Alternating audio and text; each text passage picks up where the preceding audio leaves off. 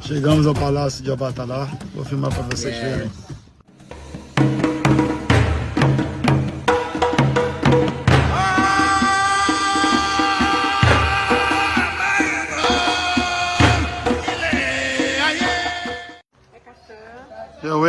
Bababa, e Kasson,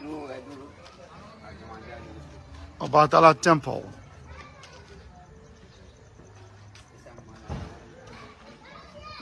Estou entrando aqui no Obatala, Templo de Obatala.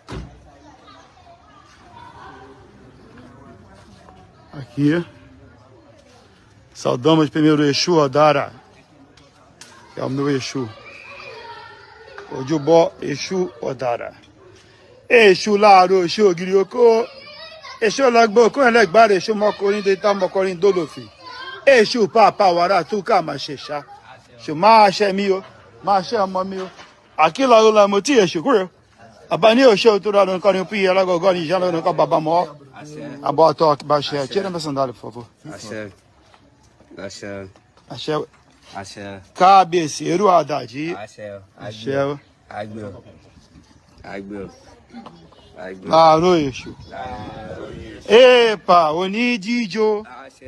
Oníjíjó òrìṣà bẹ́ẹ̀ ni èèpà oníjíjó.